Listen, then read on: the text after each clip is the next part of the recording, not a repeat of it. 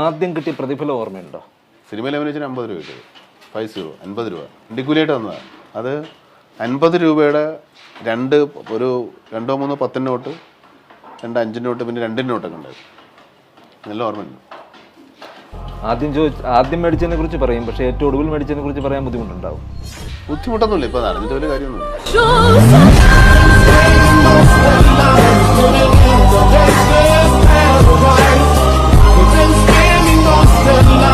ഉണ്ടായാലും ഇപ്പം ഇതായാലും ഒരു പറ്റം ചെറുപ്പക്കാരും നമുക്ക് ഉൾപ്പെടെയുള്ള ചെറുപ്പക്കാരുടെ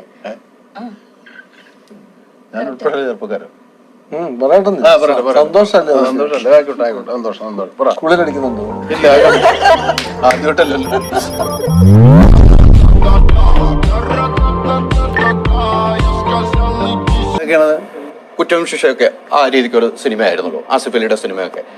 അങ്ങനെ അന്യ സംസ്ഥാനത്തേക്ക് അന്വേഷിച്ചു പോകുന്ന ഒരു സംഭവമാണ്. അതിൽ നിന്നും എന്ത് വ്യത്യസ്തമായിരിക്കും പ്രേക്ഷകർക്ക് മമ്മൂക്കാക്ക് കൊടുക്കാൻ പറ്റുന്ന ഒരു ഉറപ്പ്? കുറ്റവും ശിക്ഷയിൽ നമ്മളില്ല, ഇതിൽ നമ്മളുണ്ട്. അതിന് ഏറ്റവും വലിയ വ്യത്യാസം.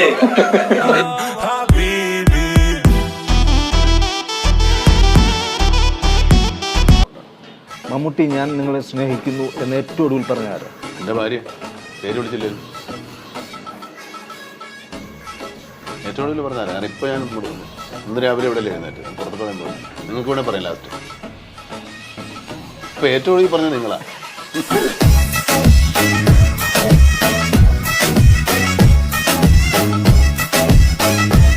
ഈ മരണശേഷം അള്ളാഹുവിൻ്റെ സന്നിധിയിലെത്തുന്നു. നമ്മൾ ഏറ്റവും കൂടുതൽ ഭയക്കുന്നത് ഏത് ചോദ്യത്തെ ആയിരിക്കും?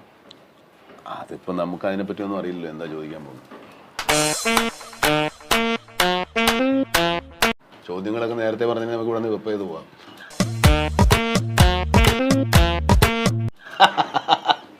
അവിടെ എന്താ പരീക്ഷ എഴുതാം? അവിടെ ഒന്നും കള്ളമില്ലെന്നാണ് പറയുന്നത്.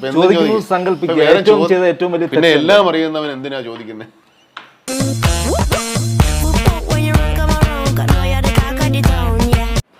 കൊല്ലാൻ ആഗ്രഹിച്ചിട്ടുണ്ടോ ആരെയും? കൊല്ലാൻ ആഗ്രഹിച്ചിട്ടുണ്ടോ? കൊല്ലാൻ ആഗ്രഹിച്ചുകൊണ്ട് കൊല്ലാൻ പറ്റില്ലാത്തതുകൊണ്ട് കൊല്ലാൻ ആഗ്രഹിച്ചിട്ടില്ല. Too many thoughts on my mind, I can't sleep at night, so I just keep writing.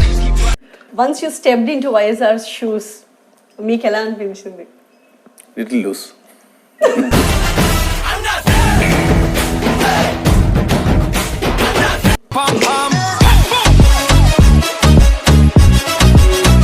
ആവർത്തിക്കപ്പെടാതിരിക്കാൻ വേണ്ടി മമ്മൂക്ക ഒരു ചോദ്യം ചോദിച്ചോട്ടെ. നേരത്തെ ചോദിച്ച ചോദ്യമല്ലേ Music.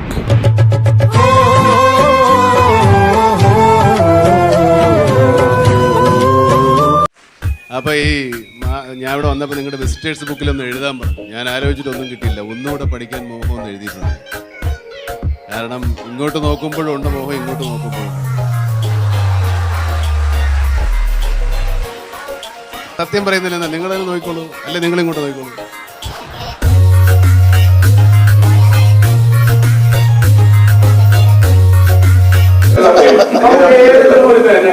ഏതെങ്കിലും രാഷ്ട്രീയ പാർട്ടി അതിനോട് സ്ഥാനാർത്ഥി ആകണമെന്ന് അഭ്യർത്ഥിച്ചിട്ടുണ്ടോ? ഇല്ല, ഇതുവരെ ഇല്ല. ഈ വരുന്ന എല്ലാ തവണയും വരുന്ന പേരുകൾ മമ്മൂട്ടി മത്സരിക്കുമെന്ന് പറയുന്നത് ഒരു കെട്ടുകഥകൾ മാത്രമാണ്. അതെനിക്ക് അറിഞ്ഞുകൂടാ. നിങ്ങൾക്ക് അറിയാവുന്ന നിങ്ങളാണ് കിട്ടുന്നതും കഥ ഉണ്ടാക്കുന്നത്.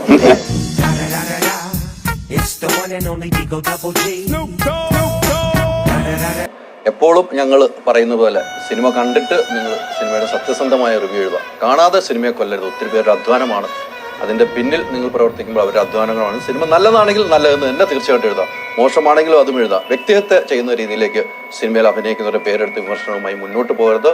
ഇത്രയും നേരം ഞങ്ങളോട് സഹകരിച്ച ഈ ടീമിന് ഒത്തിരി നന്ദി. സൂപ്പർ ഹിറ്റിലേക്ക് പോകട്ടെ. Thank you. ഇത് പറഞ്ഞ ആരോടാ? കണ്ണാടി നോക്കി പറഞ്ഞാൽ പോരും.